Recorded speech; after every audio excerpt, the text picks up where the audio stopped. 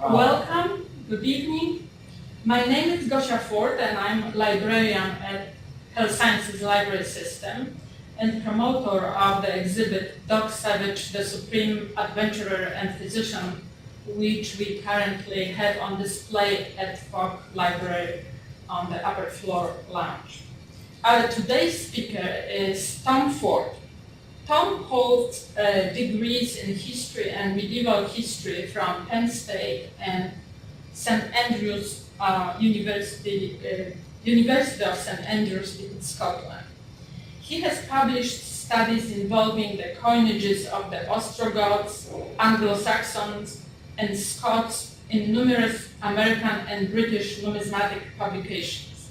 Presently, he is working on a monograph on the coinage of Scotland and its administration during the reign of James VI and Charles I. In addition to his history interest, Tom is also an avid book collector, a passionate numismatist, and a connoisseur of comics and comic art. Some of his hobbies are greatly appreciated by and supported by his wife, who thinks that it's heavenly to live surrounded by books all the time. Some hobbies, like Tom's numismatic interest, over the years slowly crept up on me and stole my heart. But some, met with some resistance. So fortunately, where he lacks in wifey support, he is rewarded by the backing of many fans and comic art lovers. I'm really happy that Tom agreed to show Dog Savage themed part of his collection to the patrons and visitors of the Fogg Library. But I will leave the stage to him now to explain to you his fascination with Dog Savage, with artists who portrayed him, and to talk about the thrills of collecting. Tom? Apologies. First of all, this is all my mother's fault. Though neither she nor I, of course, knew it at the time. In the summer of 1972, as my father will remember, we drove across country, first to Colorado Springs, and then on down south to Santa Fe, New Mexico, and back. This was not unusual. At that time, flights were expensive, and everybody drove, in our case, in an un-air-conditioned station wagon across the plains of Kansas. And let me tell you, fine people in Kansas, but their state is the most boring thing on the face of the earth.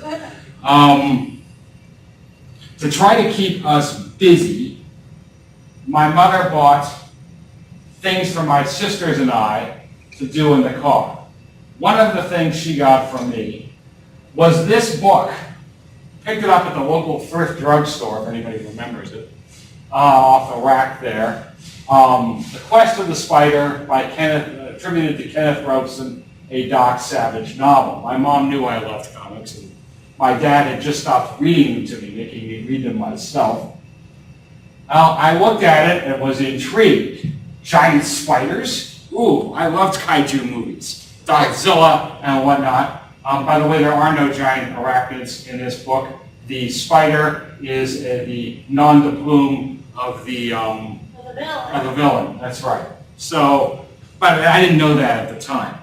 So I was interested in it, but not sure. At that same time in that summer, Marvel Comics, which I did read in the summer of '72, ran this house ad. As we can see, Doc Savage, this other comic they were going to start called Gunhawks, which the less you know about, the better. The premiere of Man-Thing, the Hellcat, as she's now known, premiered, and the relaunching of Journey into Mystery. Well, if Marvel Comics was going to do a Doc Savage comic, there's an endorsement. So I sat down and read it. The question is, though, who is Doc Savage? And whatnot, which is actually asked on the back of the books. Doc Savage was a creation in what was then called the pulp magazine era. This roughly lasted from about the 1880s up and through the early 1950s. Pulp magazines were cheaply produced periodicals, usually with a squared spine, and sold for somewhere between 5 and 25 cents. The paper, or pulp, which it was made from, was so inexpensive that if you look at these things, you can see the bits of wood floating in. They are not high-quality productions, to put it mildly. The covers often don't fit the interior pages. Usually they have overhangs. That would cost money. To do that, and the publishers, again, were keeping it. They featured works of fiction ranging from adventure to romance, science fiction to westerns, from horror to crime, and many publications contained works of all of these genres between their covers at once. A number of famous popular fiction writers got their start in the pulps, including Edgar Rice Burroughs, Tennessee Williams, Raymond Chandler, Isaac Asimov, Earl Stanley Gardner, who created Perry Mason, H.P. Lovecraft, Dashiell Hammett, etc. Likewise, another number of well-known popular culture characters, Tarzan, Zorro, Perry Mason, Conan the Barbarian for that matter, all made their first appearances in these publications. Unlike the characters already mentioned, Doc Savage was the creation of a committee. Specifically, Henry Ralston, born 1881, died 1968, the head of Street and Smith Publications, the leading pulp publisher of the day, John L. Nanovic, from 1906 to 1901, an editor at Street and Smith, and Lester Dent, who lived from 1904 to 1959, then a young pulp writer. Ralston and Nanovic wanted to continue the success they had found with The Shadow. The Shadow had originally been a radio character who had been the host of a radio show called Detective Story Hour. He had come on, the weed of crime bears bitter fruit, ha ha ha, this is The Shadow, gave a quick introduction, they had then the radio story, and at the end, he would then reappear. That was it. Wanting to copyright the character, Street and Smith published an issue of The Shadow with a novel called The Living Shadow, written by a guy called Walter Gibson. They expected it would last 3 or 4 issues. It lasted 325. Started out as a quarterly, moved from quarterly to bi-monthly, from bi-monthly to monthly, from monthly to bi-weekly. Every 2 weeks, a new issue of The Shadow came out for most of its run. The vast majority is written by Gibson, too. The guy was incredible. Needless to say, this magazine began in what is known as the era of the hero pulps. Magazines where only one character, or in some cases a team of characters, appeared in every issue. Unlike the characters created by people like Burroughs and Chandler and whatnot, these ones would be owned by the publishing houses. They were all written under assumed names. This one says, the official writer of The Shadow is Maxwell Grant. Why is this? Because if Gibson decided to leave, or he asked for more money, they could fire him. Hire somebody else to take over, and hopefully the readers wouldn't notice. There are a whole bunch of these, just to give some examples. Here is one set of World War I. G8 and his battle aces was huge. The Phantom Detective, kind of a Shadow copy, was another big one. Operator number 5, a secret American quasi-FBI operator. Lurid covers, lots of violence. This is what you wanted for a true pulp magazine. And with the success of The Shadow, Street and Smith wanted to do something else. Hey, if it works once, let's go for twice. This time, they moved for action-adventure. The lead in the character created, Clark Savage Jr., M.D., Ph.D., was conceived by Ralston and Nanovic, who were partially inspired by other traditional adventure things such as Sherlock Holmes and Tarzan, not to mention Alan Quatermain for that matter. Doc's first name was taken from film actor Clark Gable. In fact, this is the house illustration used in the earliest issues to show what Doc looked like in the interior. As you can see, if Gable had wanted, he could have sued. But that's where it came from. And it's no coincidence, by the way, that Superman's creators, who were big fans of Doc as well, stole the first name for Clark Kent for exactly the same reason. With it. The last name came from a person that Ralston remembered, Colonel Richard Henry Savage, who lived from 1846 to 1903, a minor celebrity during his lifetime, and the author of, in the late 19th century, this is Henry Savage here, of numerous adventure stories. He traveled the world. He served in the U.S. Army. He served in the Chinese Army. He served as a mercenary somewhere in any kind of army. He wrote these things, these famous adventure stories that people at the time hung on. When Ralston was a young boy, he would have read such things as well. The character's full name, Dr. Clark Savage Jr., thus suggests a great knowledge from the doctor part, great looks from Clark Gable, and action-adventure with the surname of Savage. A modern equivalent of this is my favorite TV show, Buffy the Vampire Slayer. As Joss Whedon, its creator, pointed out, Buffy introduced humor, vampire horror, and Slayer action-adventure. That's where the name came from.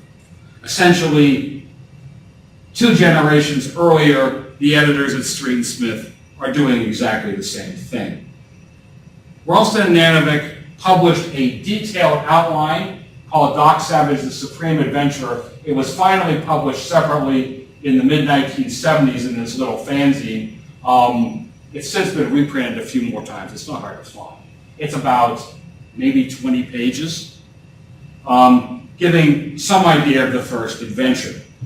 They now had an outline and what they essentially wanted the character to be. The final part was to find somebody to write all of this. They settled on a young pulp writer, Lester Dent. Dent had been born in 1904 in La Platte, Missouri, a rural Missouri town then and now, largely farm country, in the middle of nowhere. The nearest city is like at least a 3-hour drive. And by town city, I mean like population of like 50,000. This is really out there. His parents, when he was 2, his family moved to Wyoming, where his parents worked on the local ranch. There, Dent attended the local one-room schoolhouse. He paid his tuition from the animal pelts of the creatures that he shot or caught in traps. Because of the extreme isolation, few kids of his own age and stuff, Dent was a bit of a loner and became very bookish. He read anything you could put in front of him. He especially liked mystery stories, adventure stories, and he was heavily into mechanical stuff as well, probably from his farm background. He was a big fan of popular mechanics, which is still around today, but it's just a shadow of what it once was. Back then, it was huge. And Dent essentially had a subscription to it. I've seen pictures of his office, and there's just piles of them everywhere. He loved them.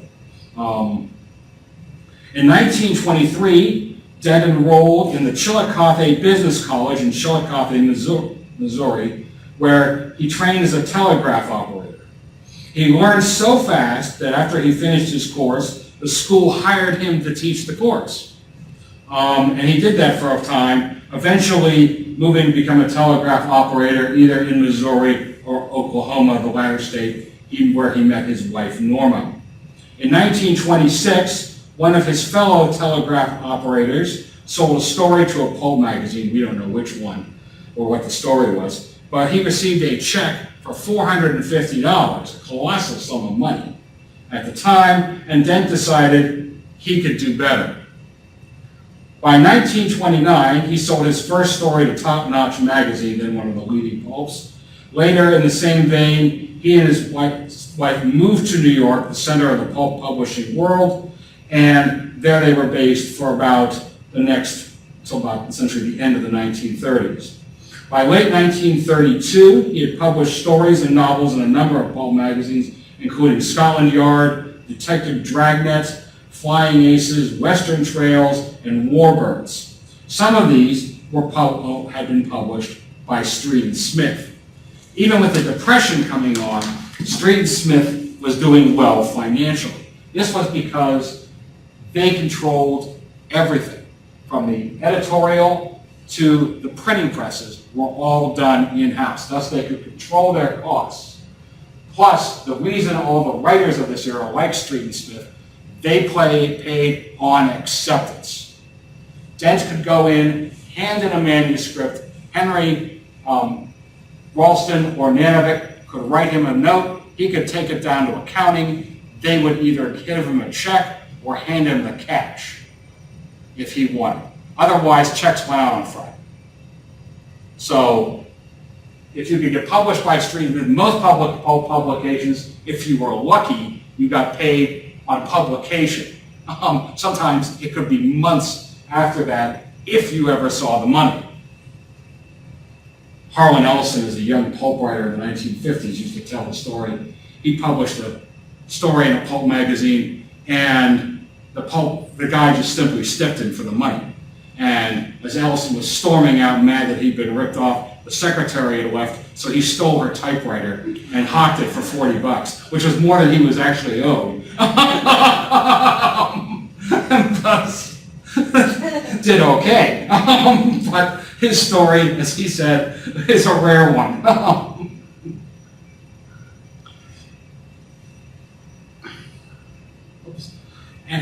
Anyway, Ralston, and for reasons which we don't know, Ralston and Nanovic contacted Dent, had him come in, told him that the Shadow was going bi-weekly, and they wanted a backup writer for Walter Gibson. They were not sure if Gibson could write essentially 2 Shadow novels a month. He could, but nobody knew it at the time. And therefore, they handed him 3 issues of the Shadow and said, write your own Shadow novel like these. Dent knew Gibson casually and was sorry to possibly take money from him, but Dent needed to make money too, and so therefore he took them, and over the next month and after several meetings, he turned in his Shadow novel, the Golden Vulture. He was paid and sent home.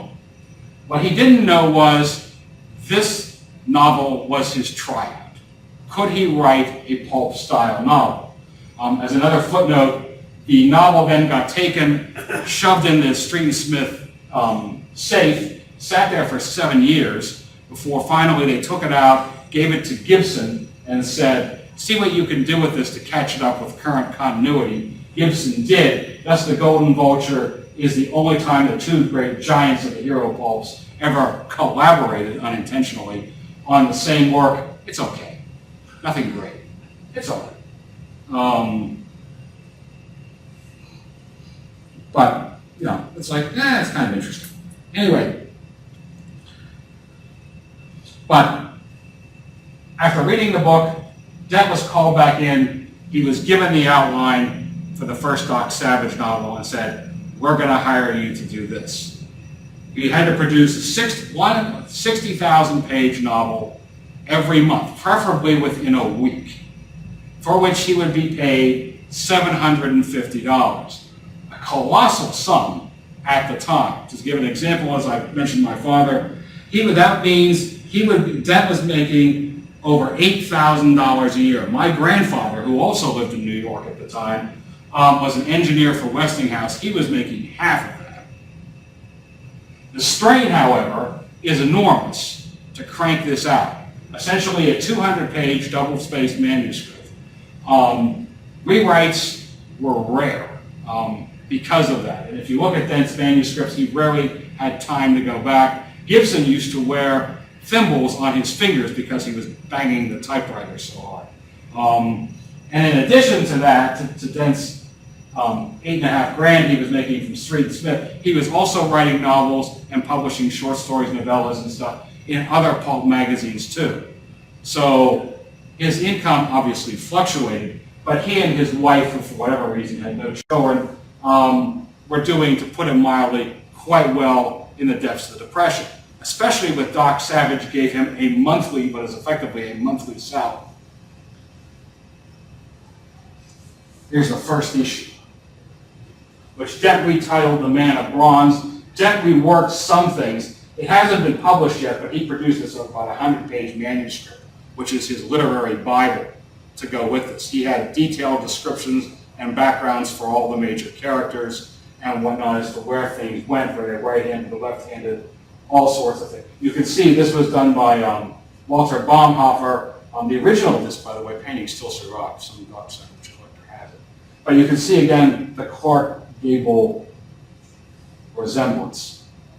Here. This will be Doc's general appearance throughout the 30s and 40s, was this. And again, it sort of sums up the series. You have here ancient ruins, lost lands, and whatnot, with the Mayan Indians in the background, and whatnot. This was a common theme throughout. Dent sold the all literary rights, all print rights went to Street and Smith. He was able to negotiate any film or radio rights. So if somebody made a movie, he would get the money. Similarly, a radio show during both his and his wife's lifetime. But he was what we call today work for hire. He could be fired for any reason at the will of the editors, if he couldn't keep up with publication, if he found out, if they found somebody who would work for less. Dent was given the rights to hire ghosts, a few times, on occasion he did. To help ease his load, he usually paid the ghost about $600, and then he would tidy it up. But the ghosts never stayed that long, as one of them said, $600 for all that work was really pushing unless you were desperate. But of course it was the 30s, and a lot of people were desperate. For Dent, as I mentioned before, that sort of thing, skipping through that. Nor was Dent, however, why he was hired to write this, he was far from given artistic freedom.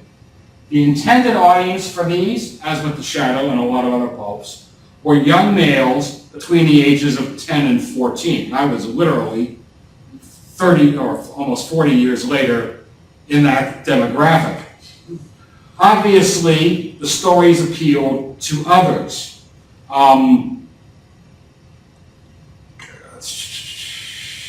For instance, current Doc Savage author Will Murray recalled in 1910 he got a letter from an elderly woman fan who had read the original novels in the 1940s. So girls too. Likewise, adults. Consider these in a sense like teen fiction novels you see today. As my wife will testify, she has enjoyed some that my daughter has brought to her. The Twilight series being an obvious example. And whatnot. Other restrictions. No female villains, period. They don't come until the 1970s. You couldn't even have the wife, daughter, or whatnot of the villain know they were bad. Continuing with women, Street and Smith had restrictions that make the Victorians look like Hugh Hefner. Women could not be described below the neck or above the ankles, other than to say they were pretty or cute. End of story. Absolutely no sex. Though sometimes Dent bent the rules, one of Doc's aides, Monk, known to be a ladies' man, was once sued by a chorus girl for, quote, breach of promise. I bet. After the first few adventures, violence was heavily toned down. Doc rarely kills, as we'll get to that more in a minute. Likewise, no references to previous stories. They tried this briefly in The Shadow, and Street and Smith got flooded for requests of back issues, which they didn't have. Comic book shops and whatnot didn't exist. It hadn't been invented yet. In the 1930s, Street and Smith had other problems. So therefore, if Doc's encountering someone he saw before, you're not going to say what book that was in because it would drive your editor nuts. From its very first issue, Doc was a hit.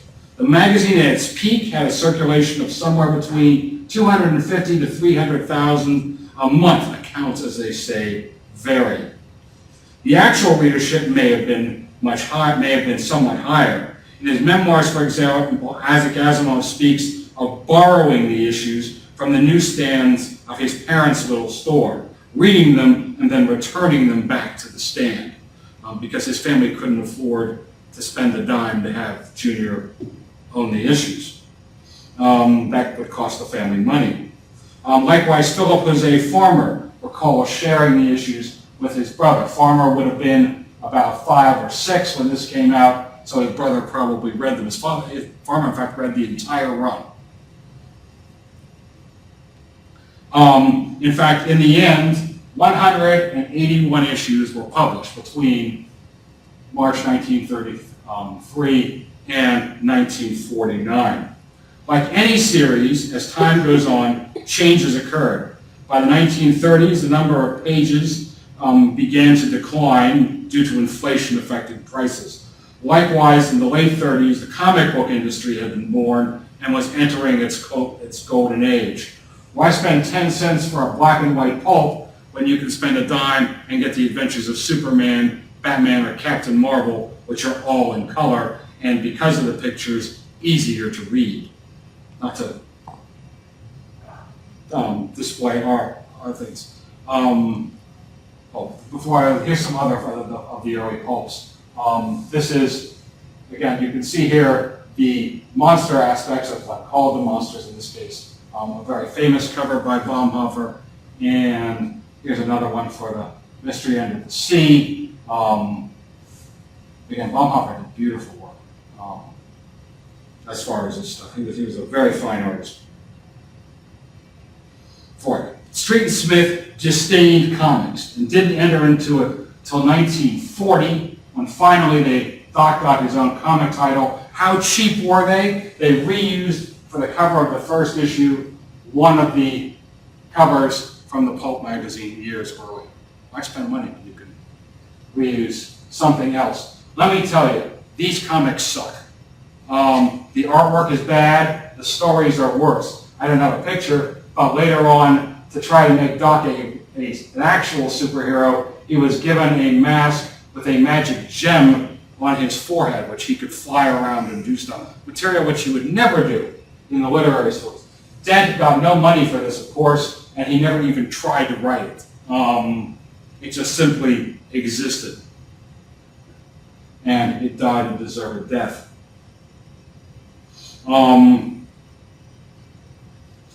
Even then, streets, as I said, the line was small. The Second World War also dealt a heavy blow to the pulps. Why read pulp adventures when you could read the real ones in the newspapers or hear them on the radio?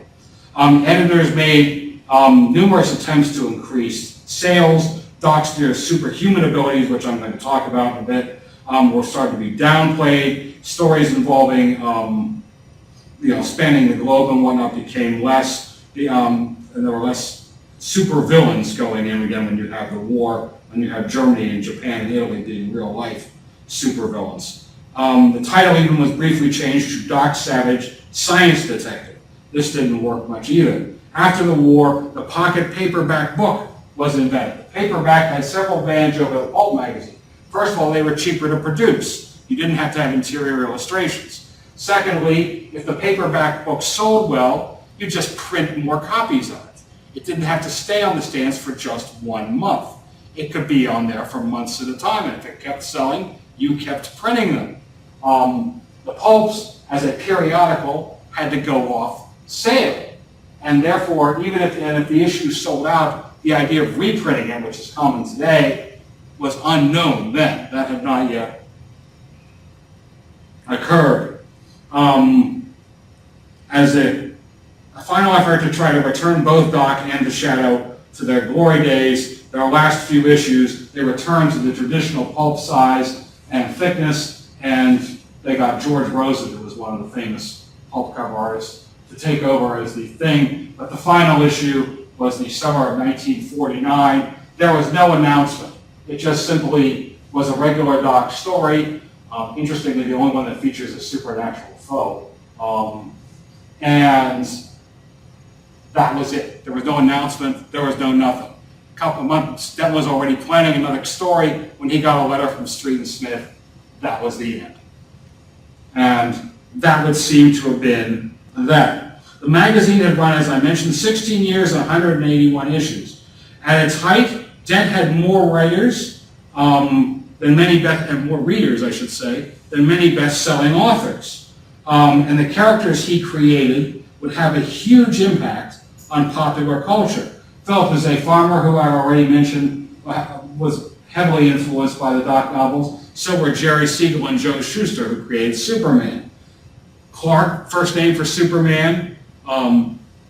The Doc Savage has a Fortress of Solitude. Gee, who else would get a Fortress of Solitude? You see the idea here. Similarly, Stan Lee and Jack Kirby, who would later go on to do much of Marvel's stuff in the 1960s, were heavily influenced by this as well. However, while his publication died in 1949, the character refused to stay dead.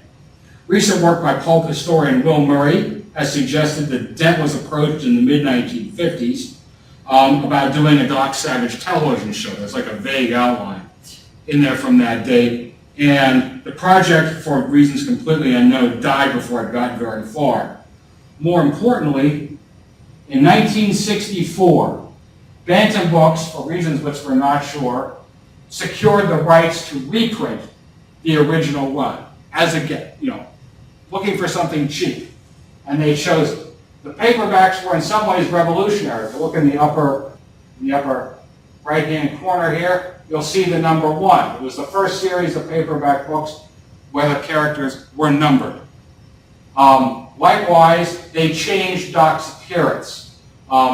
They hired legendary writer, and he's still alive to this day, James Bama, to redesign it, to make Doc look a little more science fiction. Doc is described in the stories, as I'll go into later, as being the ultimate human being. Therefore, Bama put on more muscle, more of the definition, what is now his signature look of being in a torn shirt. It's a minor joke in the community. And as you can see from his covers, here's the 4, Bama did super dramatic covers. Bama has said that because these were reprints, not new books, Bantam Books gave him no editorial thing. Read the book, do whatever you want. And Bama had grown up on these, and he did just that. He redesigned the character, and this is now officially what Doc looks like.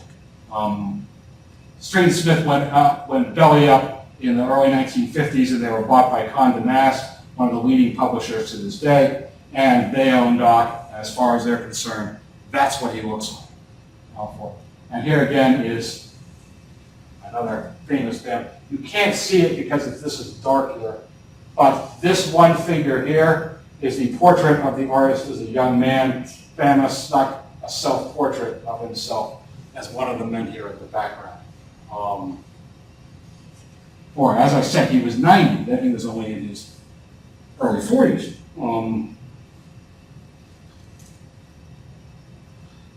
Bama was succeeded as the artist by the great Boris Vallejo, one of the leading fantasy illustrators for this, and he did a pretty nice job for a few issues, but his eventual successor is Bob Larkin, another well-known magazine and paperback illustrator. Larkin, in fact, would wind up doing more covers. Bama did 62. Larkin did at least 70. For this is one of my favorites for the off-leg. The story's all right.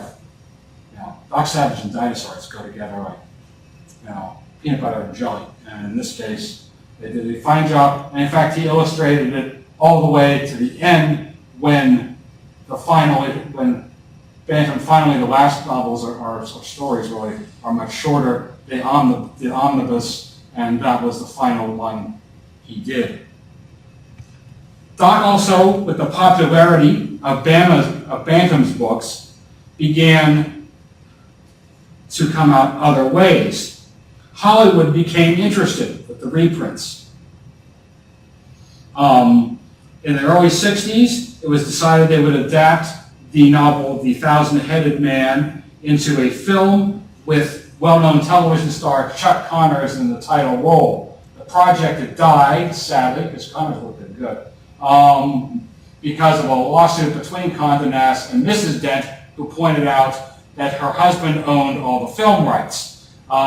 This killed the project because they were trying to do a fairly inexpensive adventure movie and let those two argue it out. In 1972, as I already mentioned, Marvel Comics, well actually the only thing that came out of this movie also I should point out, and Michelle will recognize this, Gold Key published a one-off Doc Savage comic book adapting The Thousand-Headed Man. It's very rare, and it's also very bad. So I can't recommend it. But they reused Bama's cover from the same book. But it's a tough issue to find, so Doc Savage collectors look for it simply because it's rare. But Marvel adapted it beginning in 1972. This is the original art for issue 6, done by the late great Gil Kane and Tom Palmer, who both sadly are with us. And it's not bad. It lasted only 8 issues, but it brought Doc fully into the Marvel Universe. He even got to meet Spider-Man. Hey, how cool is that? Again, covered by Gil Kane, probably inked by Jim Mooney, I would guess. Don't quote me on that. And a couple of years later, in 1975, Doc did reach the silver screen. Producer George Powell, who was known in the 50s and 60s for producing and sometimes directing famous science fiction films like The Time Machine, When Worlds Collide, and War of the Worlds, secured the rights from Mrs. Dent and issued an adaptation of The Man of Bronze. Let me tell you, there are bad movies, and there are really bad movies, and then there's this. It's terrible. Yeah, 1 star. Yeah, I said that'd be generous. Ron Ely, who starred in it, who played Tarzan before in the Tarzan TV show in the 1960s, did a good job in a really bad film. Yeah. The problem is, it's just putting lipstick on a pig. Well, there's 2 pieces of technology, and Yeah. that's not even supposed to be in there. Yeah. And if you really want, today, TCM is doing a George Powell Festival at 2:30 a.m. tonight. 3. They're showing this movie. Do not stay up. Do not DVR it. But if you really want to abuse yourself, it will be there. Well, there's 2 pieces of technology. To show you how cheap the movie was, they didn't even hire somebody to write a soundtrack. They used, sorry, senior moment here. They used, John Philip Sousa marches to handle it. It's just really, really bad.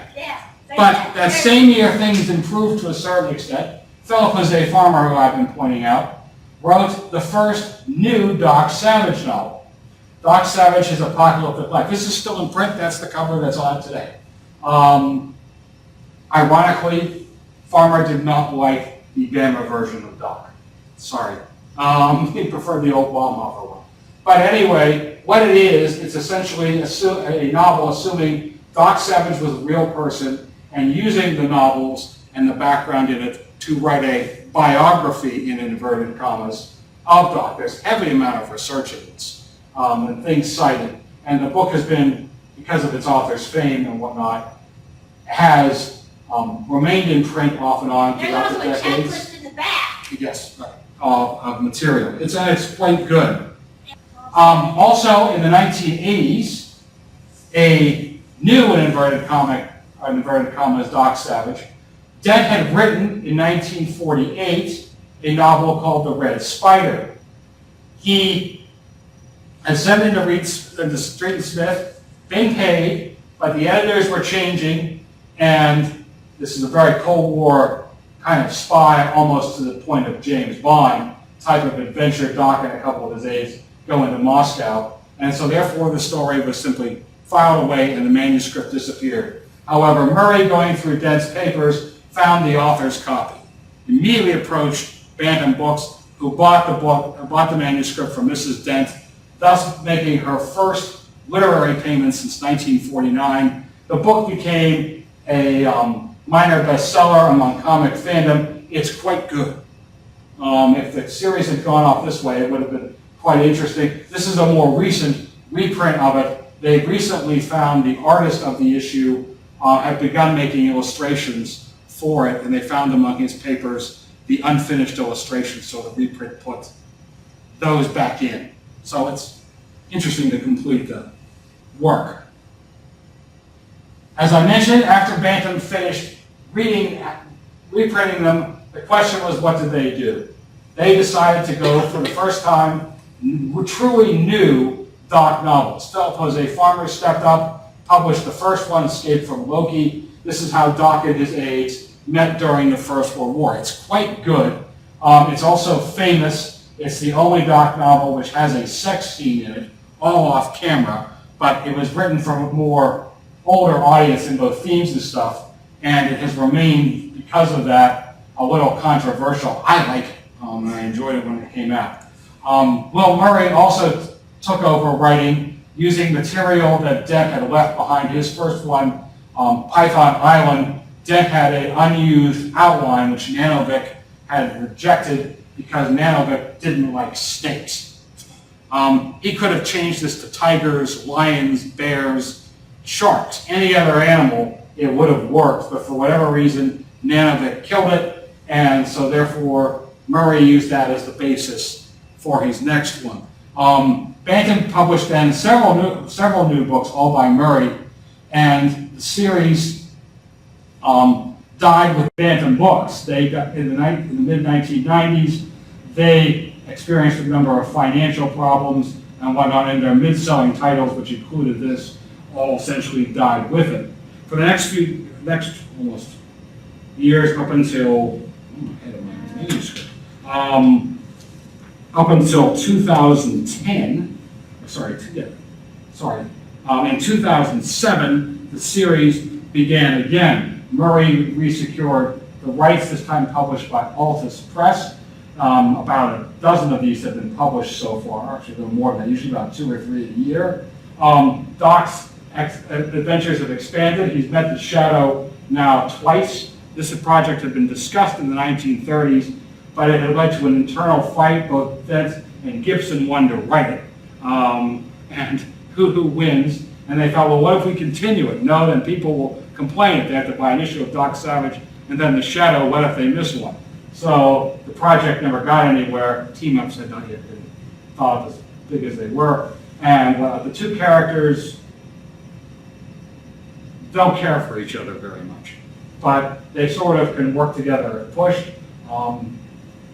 And they improved big sellers, and Condé Nast especially likes them. In fact, 2 more adventures are on their way. Mr. Calamity, which will be due out before the end of this year, and Murray is currently working on The Valley of Eternity, which will presumably be out sometime by next spring or summer when it's done. Doc is Superman. From the first Doc, this is how Street and Smith described Doc. This was the house ad that appeared in the Street and Smith magazines when the first issue hit the stands. And there it is, right there. Gee, would that have been an idea for Jerry Siegel and Joe Shuster? Maybe. This also appeared in a cardboard sign, which newsstands could put out. One of these has survived. Last time I heard it exchanged hands for like 10 grand, because it's the only one that. The term Superman was first coined in the works of philosopher Friedrich Nietzsche as the idea of a superior man who attains happiness, dominance, and creativity. By the 1930s, it was obviously associated with mental, intellectual, and physical superiority. And as I said from the beginning, Doc's abilities come via several means. First of all, from the time he was barely a toddler, his father put him in the hands of a group of scientists from all over the world who raised and trained him both physically to be a physical marvel as well as a mental one. He studied everything from pearl diving in the South Seas to Tibetan yoga to medicine to chemistry to engineering. Doc is a master of all of these. He speaks numerous languages. A partial list from my shady memory include French, German, Russian, Chinese, both Mandarin and Cantonese, Japanese, Spanish, Latin, classical Mayan, ancient Hebrew, and various Native American languages. It's rare Doc finds himself in a place where he doesn't understand the language. Physically, Doc stands somewhere between 6'5" and 6 feet 9 inches tall. Accounts, as they say, vary. Ethnicity also fluctuates. In the original novels, he is Caucasian, but his skin has turned bronze due to long exposure of sun around the world. Later, in more modern times, or I should say also his other thing that sticks out is his hair being the color of bronze, as were his irises. This is a genetic trait. Both he and his cousin Patricia have this symbol. But more recently, both DC Comics and Dynamite Comics, the latter of whom actually owns the rights at the moment to the character, have made him be multi-ethnic. Hollywood actor Dwayne "The Rock" Johnson, who is a mixture of African and Samoan descent, has signed a contract to play him in a promised upcoming film, which keeps getting delayed, so don't hold your breath. Regardless of ethnicity, there's no doubt of Doc's physical prowess. In some of the early novels, before he begins killing, he picks guys up by the neck, one shake, and he's broken their neck. Contrary to what you see on television, this is not easy to break someone's neck. Likewise, he is at times able to, with lots of physical effort, to break the chain links on handcuffs and whatnot. Doc spends at least 2 hours every day practicing doing isometric exercises, yoga stances, at the same time juggling complex mathematical and other puzzles in his head. It's a rare thing when he doesn't do it in the novels. Doc rarely shows emotions, like Star Trek's Mr. Spock decades later, at least in public. Doc feels them, love, sadness, etc., and happiness, but his face rarely does he show this in public. The Doc's other superpower is his bank account. Has anybody seen the Justice League trailer? The Flash asks Batman, "What's your superpower?" And Batman's there, "I'm rich." Not a bad power. He literally is the world's richest man. He makes Bill Gates' bank account look like mine.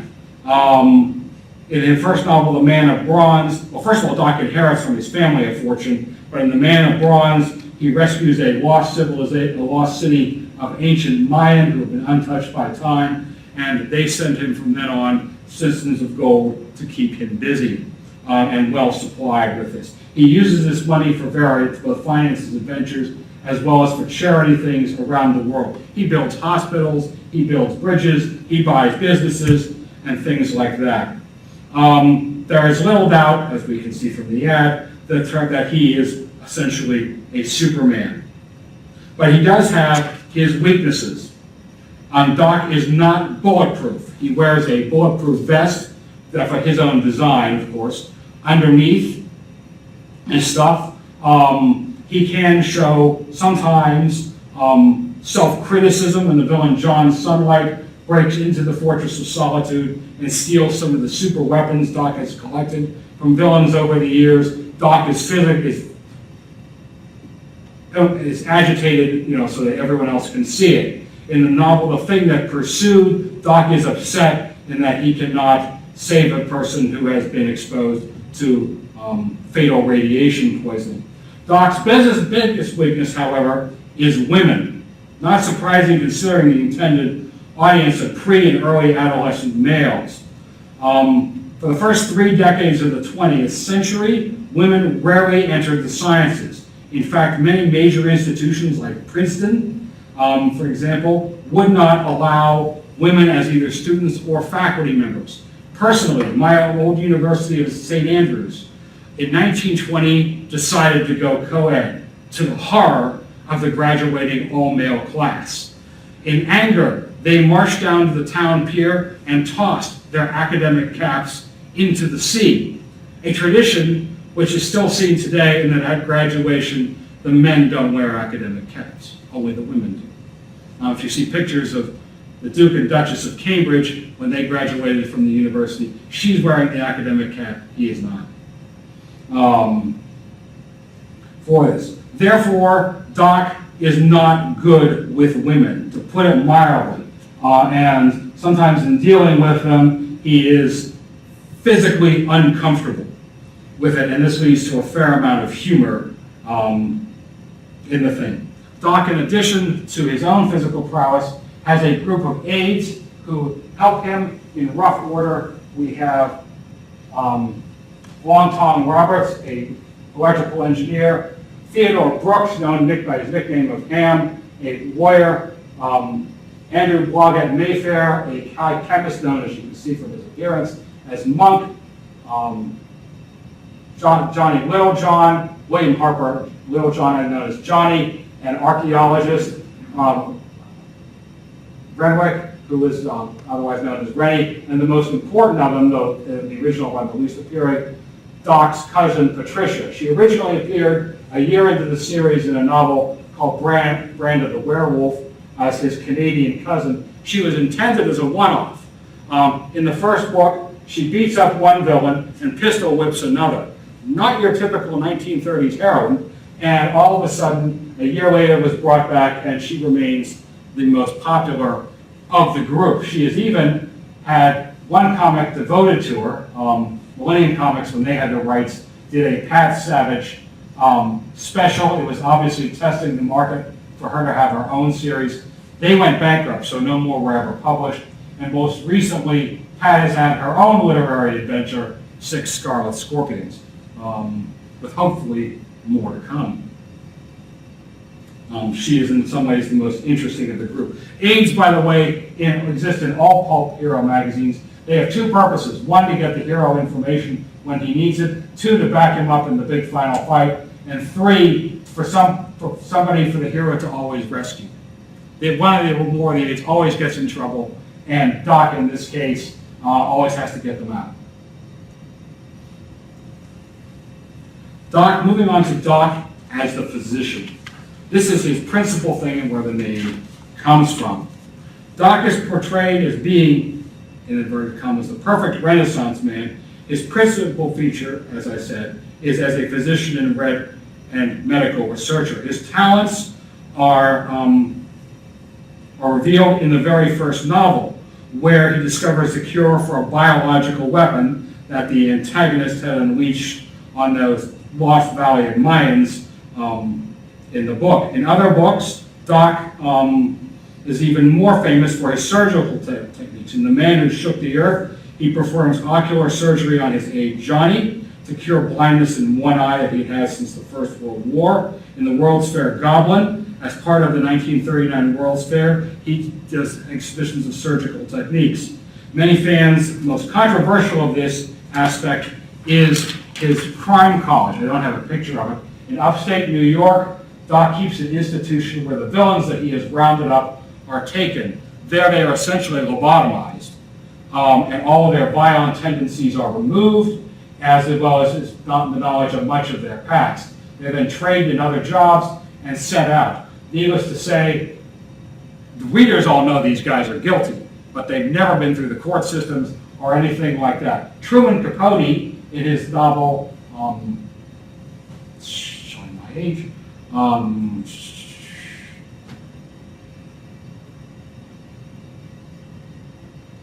the murder of that family, I'll think of it in a minute, mentions the hospital and obviously approved of it. Others have not. For the comics, Doug Moach, when he wrote it in the 70s, point blankly refused to to mention the college and just removed it. Readers complained he's there after World War II and the Nazis, after the Soviet things. I am not doing this. Others have been mixed on it, and not necessarily. We'll use that. That's a good form. So it remains the most controversial of his medical treatment.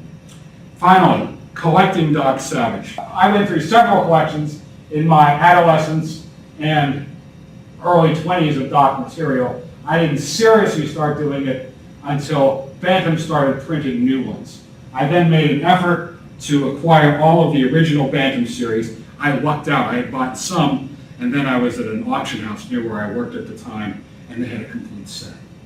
$250 later, so did I. And they were all in perfect condition as well. So therefore, I was, to say the least, jumping down the street with my big box. Gosha thought I was nuts. Okay, anyway, so I have since then acquired numerous editions and original artwork. This shows another one by Steve. If you want to collect these, go on eBay. They're all over the place. What I do recommend is the current edition, which is in print. I showed one much earlier.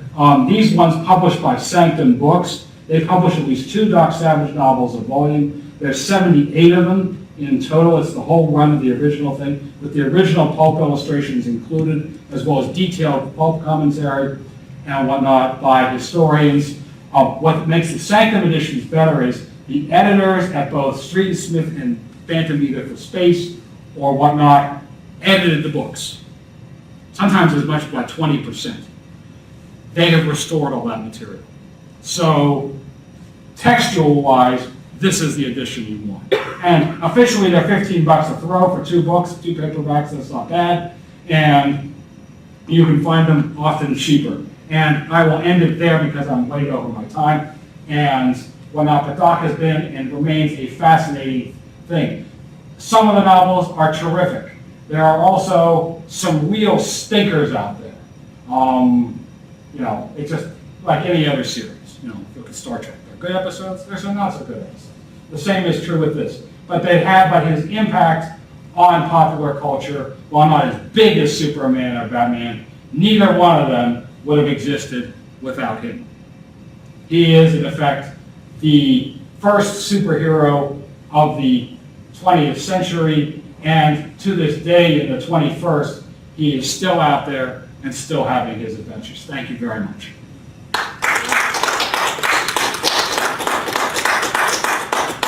Cut into the time that we had for questions. I know. I'm sorry.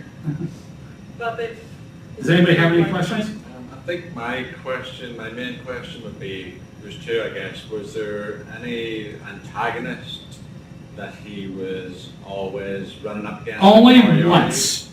Dent, unlike the Shadow, who did have returning villains occasionally, Dent stayed away from it. The only one exception is John Sunlight, who appeared in the Fortress of Solitude. Up in the Arctic, Doc has this blue dome in which he keeps the super weapons he's picked up over the years and developed some of his own. Sunlight, a escapee from the Soviet Gulag, and some men discover this going over the Arctic to get out and tap into it. He appeared in 2. This one and its sequel called The Devil Genghis, and he's appeared a few more times in the comics. But generally, Dent stayed away from that. Murray has introduced a couple, or revived a couple as well more recently. But as I've said, it's like in Sherlock Holmes. Everyone thinks of Moriarty, but Moriarty appears really in one book, in one story. The final problem. He's mentioned at the end of The Valley of Fear, because as Conan Doyle said, it spoils Holmes' victory. If Moriarty, if he keeps facing him, plus it also, as another popular author, Peter O'Donnell, for his character Modesty Places, if you keep going up against the same person, the villain becomes a joke. And so does the hero. You can't defeat this guy. You know, Captain America has been beating up the Red Skull since 1940. You know, he loses his thing. And so therefore, the general trend has been towards a new villain, a couple of them have appeared more than once in the more recent books, but usually in the end, the villain always gets killed off, usually through something they've done, or sometimes one of the aides, usually Monk, will forget to mention that that's not the way you should have taken, some other one. Like Doc rarely kills anybody in the later books. He truly honors his Hippocratic oath and tries to capture them alive, but the chief always does. Also, I should mention, since the 1970s, female villains have now been appearing in the series too. We've now reached equal rights. The other question I had was, so I read the Philip Jose Farmer books, and like, how controversial was it for Tarzan to be related to Doc Savage, and also for Tarzan to, spoiler alert, to break his back in a fight? Oh well, that was in a pastiche, not an actual book, A Feast Unknown. Yeah. So that doesn't really count. As far as for being related to him, this is what's called the Wold Newton world. The problem with it is it's a lot of fun, Yeah. but it has no validity whatsoever because the owners of the characters never agreed to this. So essentially, Wold Newton in the late 18th century, a meteorite crashed there. It's a village in northern England. And Farmer's thing is that the descendants of those villagers were affected by the meteorite, and it led to the development of all the great literary characters. Captain Nemo, Doc Savage, Sherlock Holmes, the Spider, G.A. are all related by descent from it. So it's a lot of fun. Some people take it very seriously. Others, to me, it doesn't matter. First of all, Doc is owned by Condé Nast. They can do whatever they want to it. It's like Superman. The character's been around for 80 years. Whatever DC Comics wants to do, that's the new continuity. It's fun and whatnot. I just look upon it as, is the story good, and does it keep to the general spirit of the character? So there's some controversy over it. I'm not one of the ones who participate in that. Again, taking a comic book version availability, to look at the earliest issues of the Fantastic Four, Mr. Fantastic and the Thing are both World War II veterans. If you kept that up, they'd be now over 100 years old. Marvel doesn't do that. These are guys in their late 30s, early 40s. That's the way, they just simply change it. Similarly, Iron Man first became Iron Man in the early 60s in the Vietnam War. Now it's in the Afghan War. They just, had Doc's sales continued, by the end of by World War II, their service in World War I had been forgotten. By the Korean War, if the characters had continued, their service in World War II would be forgotten, and they would have met in Korea, and then they would have met in Vietnam, and then they would have been met in the first Gulf War. You get the idea. The same thing would have happened. Doc would not be 117 years old, as Farmer would have you have. It's very dangerous to ask him questions, because as you see, he can talk about this forever. all the time. We could be here for hours. Until midnight. Yeah, so I love the Farmer books. Don't get me wrong. I recommend them. If you haven't read them, do so. They're a ton of fun. I can't say enough about them. But again, it's no more than Fantastic Four. Does it matter to the continuity? Only if Marvel says. Thank you very much. Sure. We will announce when we have the video available for viewing, because I'm sure that there will be people who will attend virtually this. Okay, and if you're interested in the character, if you're not a member, there's a great Facebook discussion group called Flea Run. Flea is in the bug and the word run attached together, made up of including some real Doc Savage scholars. I'm in it. Yeah, Michelle is in it, and you can have detailed discussions like the one we just did. Yeah, there's also another one called Fans of Bronze. That's right. Which I am also a member of. Yes, but anyway, they're both very good, and if you want Wold Newton's Doc discussions, they're there. If you want for, against it, it's all in good fun, no naughty words. It's well policed and whatnot, and it's these guys helped me a ton getting information and whatnot. I was asking, when was somebody born? Does anybody remember this? and whatnot, so they deserve a lot of the credit in the footnote. Okay. Thank you. Okay.